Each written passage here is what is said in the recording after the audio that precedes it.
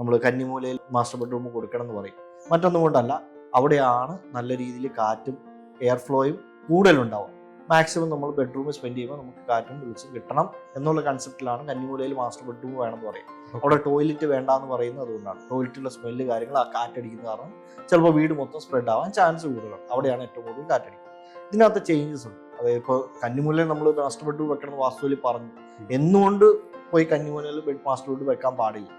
നമ്മൾ അവിടെ വെച്ചു. നമുക്ക് അവിടെ കന്നിമൂലയിൽ തടസ്സമായിട്ട് മറ്റൊരു വലിയ ബിൽഡിങ് അല്ലെങ്കിൽ മറ്റൊരു വലിയ സ്ട്രക്ചർ ഉണ്ടെങ്കിൽ എത്ര വലിയ ബെഡ്റൂം അവിടെ പണിതാലും അവിടെ കാറ്റടിക്കില്ല.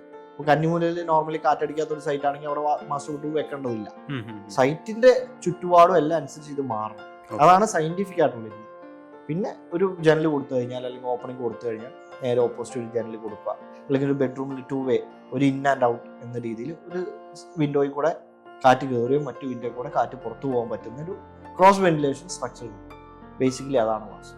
അപ്പോൾ ആ പോസിറ്റീവ് എനർജി നിലനിർത്തുകയും ചെയ്യുക ഒരു റൂം അല്ലെങ്കിൽ സ്പേസിൽ. തന്നെ എന്താ പറയുക, നമുക്ക് ഒരു ആംബിയൻസ് കിട്ടുകയും ചെയ്യും. ഡേ ലൈറ്റ് മാക്സിമം വീടിനുള്ളിൽ കയറുന്നു, രോഗാണുക്കൾ കുറയും. അപ്പോൾ അത്തരത്തിലുള്ള എന്താ പറയുക ബെറ്റർ ആയിട്ട് നമുക്ക് ആ ഒരു പ്ലാനിങ് ചെയ്തെടുക്കാൻ പറ്റും. കുറച്ചുകൂടെ ഓപ്പൺ പ്ലാൻസ് ആണ് ഇപ്പം എല്ലാവരും ചൂസ് ചെയ്യുന്നത്. മറ്റൊന്നും കൊണ്ടല്ല, നമുക്ക് ആ ഒരു സ്പേഷ്യസ് ആണ്. കുറച്ചുകൂടെ ക്ലോസ് ആയിട്ട് പഴയ ഒരു ബോക്സി ടൈപ്പ് ഓഫ് പ്ലാനിങ് നിൽക്ക് മാറി കുറച്ചുകൂടെ സ്പ്രെഡഡ് ആയിട്ടുള്ള പ്ലാനാണ് ഇപ്പോൾ ഏറ്റവും ബെറ്റർ.